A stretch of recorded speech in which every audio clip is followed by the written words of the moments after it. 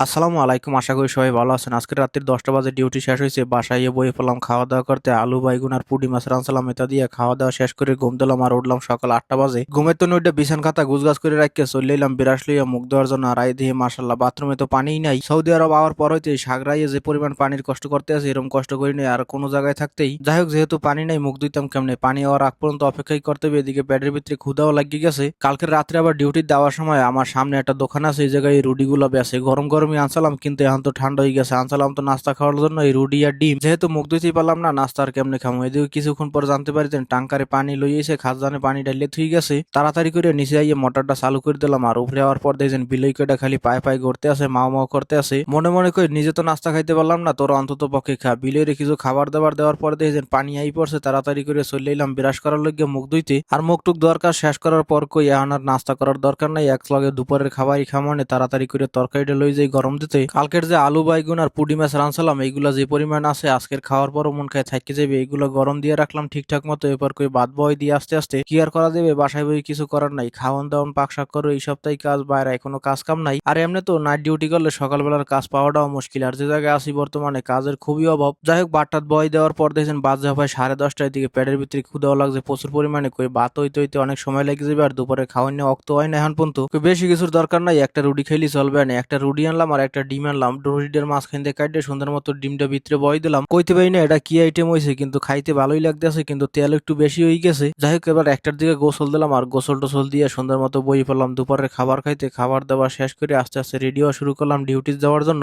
Night শিফটের duty হয়েছে 2:30 হইতে রাত্রির 10টা পর্যন্ত, তো আমরা 2:30টার দিকে রেডিও চলে যাই। আর 2:30 বাজে গেলে এবার আবার দিনের লোক আহে। যাই হোক, প্যান্ট শার্ট পরে রেডি হওয়ার পর দেখেছেন মেসেজ আই পড়ছে আজকের বৃষ্টি হইতে পারে। তো তাড়াতাড়ি করে রেডিও বাইরে বেরিয়ে প্রথমে আইলাম গাড়ির দ্বারে, কারণ গাড়িটা সুন্দর করে ডাইকে না থুই গেল আবার ভিজে থাকবে না। গোছ করে গাড়িতে গিয়ে বইতেই দেখেছেন মাশাল্লাহ বৃষ্টি অলরেডি নামিয়ে পড়ছে, কিন্তু বৃষ্টির সাইজে ধুলোরে বেশি। যাই হোক, এবার ডিউটিতে প্রথমে গাওয়ার জন্য পানি বয় দিলাম, এরপর চলে গেলাম চার লইগে পানি রেডি করতে। আর চার পানি রেডি করে বয় দিয়া আর কিছুক্ষণ পর দেখি গাওয়ার পানি আই গেছে, মানে বলক উঠে গেছে। তাড়াতাড়ি করে গাওয়া ভিতরে দিয়ে দিলাম আর লাগাই দিলাম টাইমার। আর ভিতরে গাওয়া দিয়ে সুন্দর মতো একটু লাড়া দিয়ে দিলাম যাতে উতলাই আবার না পড়ে যায়। এরপর দেখছেন চার পানিও আই পড়ছে, তাড়াতাড়ি করে ভিতরে চার লিপটন দিয়ে দিলাম। যাই হোক, চা তো বানাই রেডি করে দিয়েছি। এদিকে গাওয়াও দেখি হয়ে গেছে, উড়াই ফ্লাক্স ভরিয়ে লাইলাম। আর এদিকে গাওয়ার লাগে আবার খাজুর দেওয়া লাগে, তো খাজুরের ডিব্বা যেটা আসলে এটার ভিতরে কিছু খাজুর খালি হয়ে গেছে, নতুন একটা প্যাকেট কাটিয়ে সুন্দর মতো খাজুর ভরিয়ে দিলাম। যাই হোক, চা গাওয়া তো রেডি করে দিয়ে এলাম। এদিকে আবার ভিতরে কয়েকটা গাছ আছে যার গোড়ায় পানি না দিলে মরে যেতে পারে, অলরেডি কয়েকটা পানি না দিতে শুকাই গেছে পাতা। আর সব গাছের গোড়ায় পানি দেওয়ার পরে দেখেন বৃষ্টি হইতে চলছে বাইরে হালকা হালকা। এতে এবার বাতাসে আর বৃষ্টিতে সুন্দর একদম গিলাসগুলো নষ্ট করে হেলাইছে। বাতাসে ধুলোরছে আর উপরিতে হালকা হালকা বৃষ্টি পড়ছে, যাতে মনে হইতে যেন উপরিতে ধুলের বৃষ্টি হয়েছে।